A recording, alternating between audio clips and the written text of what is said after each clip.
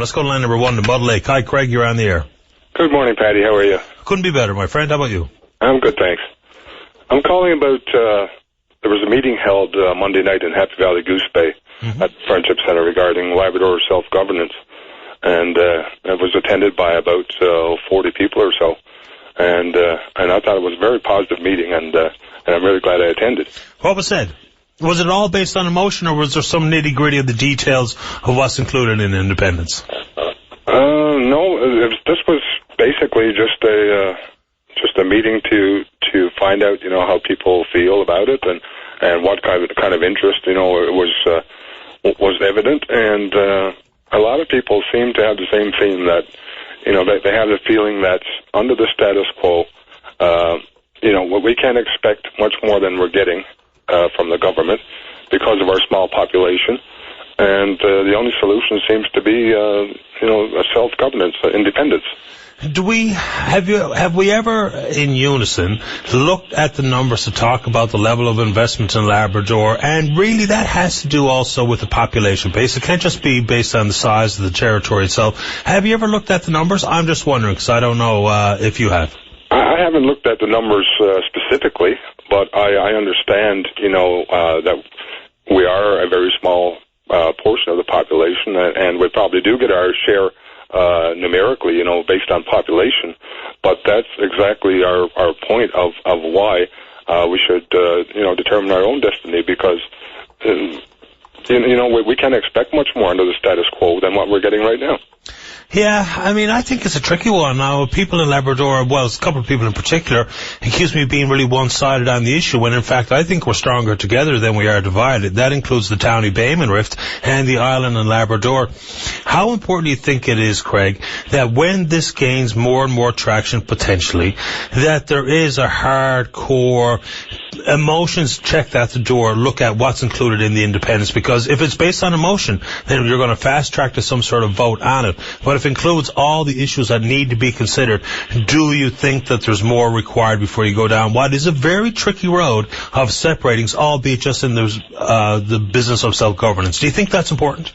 Yeah, I do. Well, what we agreed at the meeting was that, we understand this is going to be a very slow, a very long process, and we are determined to take our time to get this done right, to include everybody in Labrador.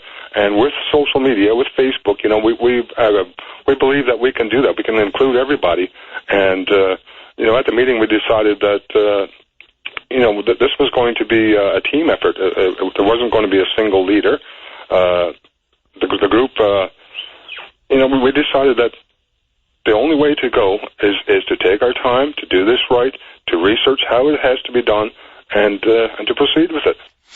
Yeah, and that's, I guess, certainly within the rights of the people in Labrador. Are you going to try and include any government members from either party, including the governing party, to be part of this conversation to talk about the realities of investment? Or is it simply going to be left to the people in Labrador of their own devices and their own wants? Well, that's to be discussed at a future meeting. We're determined to have another meeting in the very near future. And, at this meeting, basically, we set up a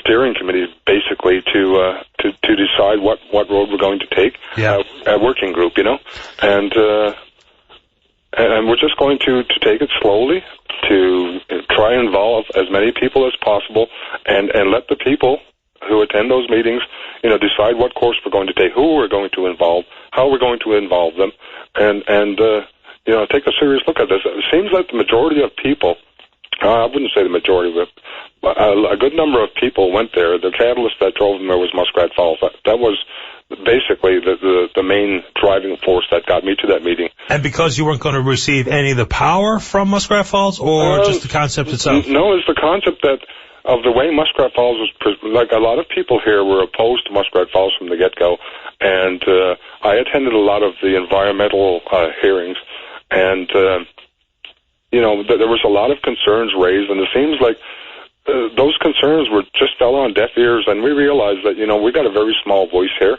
under the current situation, and we'll always have a small voice as long as we're a part of a bigger bloc.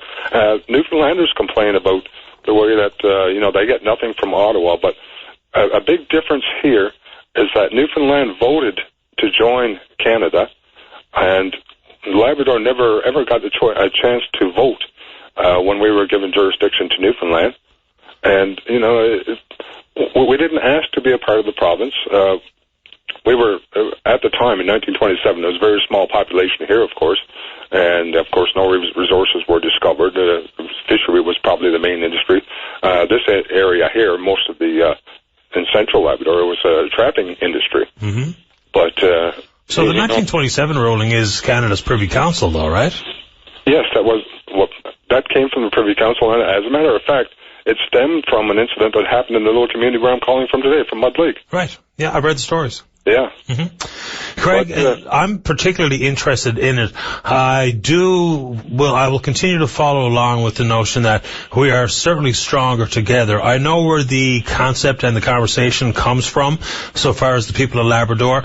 I just hope that, I mean, the decision's not up to me, it's up to you, but I do hope that all of the folks involved in it will also take the opportunity to bring in and highlight some of the hurdles, obstacles, pitfalls, and risks associated with self-governance, because I think, and I hope you agree, that without all the information included in the conversation, that's where we all tend to make bad decisions, when we lean on emotion and we don't identify the problems that are presented by going with our emotions. Is that a fair comment, sir? It is, Paddy, and that's exactly why we're taking this very, very slowly, because we don't want to leave any stones left unturned. We want to check all avenues. We want to get all the information that we possibly can, and make sure we're going to do this the right way.